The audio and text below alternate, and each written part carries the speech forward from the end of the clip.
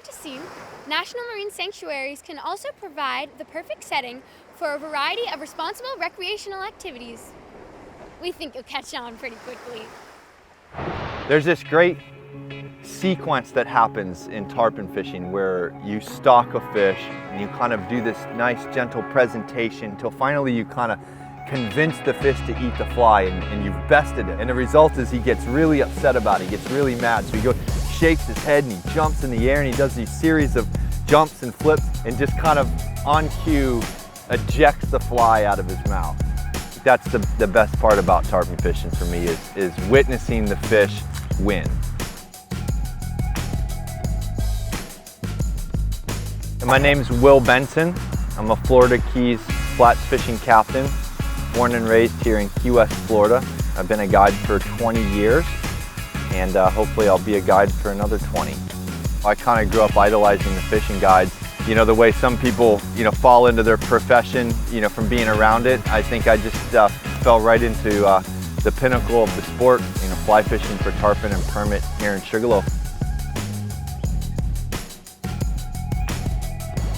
Today, like most mornings in the springtime, we headed out into the backcountry here in the Florida Keys National Marine Sanctuary and I went tarpon fishing. We had Steve Tripp, one of my longtime friends. I've been fishing with Steve for 15, 16 years now. So we're kind of old hands at this. It's a bit of a marriage of sorts, I guess, when you get with clients you've been fishing with that long.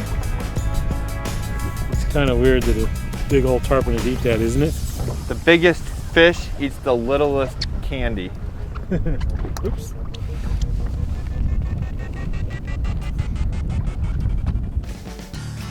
Guiding in the Florida Keys, I think, is, it's a dream job, certainly a dream job of mine.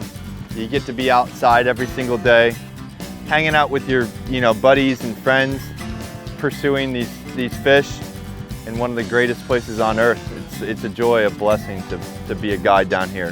When you think about the fact that a guy can come out here on the water and he can go catch and release fly fishing for tarpon bonefish and permit and pay the mortgage and pay all the bills and put 2 kids through school here in the Florida Keys with a sustainable industry, I think it's in the sanctuary's interest to make sure that that stays the case. If we can't have it sustainable, then the jobs go away. So the sanctuary really comes in to make sure to guarantee that the value that our community has with this ecosystem remains steadfast and into the future for my kids and future generations. Oftentimes you find that it's the hunters and the fishermen and the folks that are out there, pursuing the game in those places that have the most respect for them.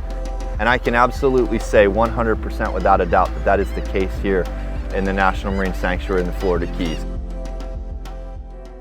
Now, 2017 was undoubtedly a hard year for the Florida Keys.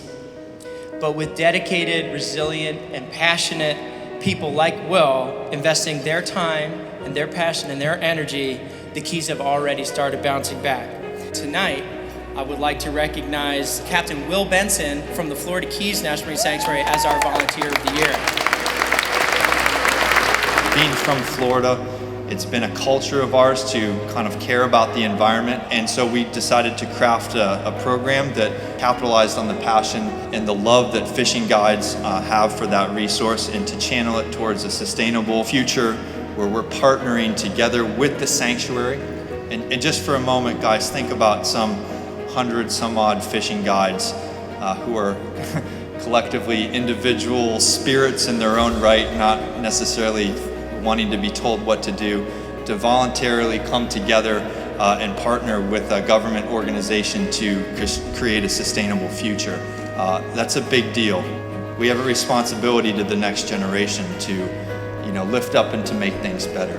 And that's really where I think the source of my commitment to this sanctuary and to the Blue Star Fishing Guide program has come from, is that every time that my young son Luke says, Dad, I want to go fishing, I want to catch tarpon, I'm reminded that, I better do my part now to make sure that that future is available for him if he decides to be a fishing guide.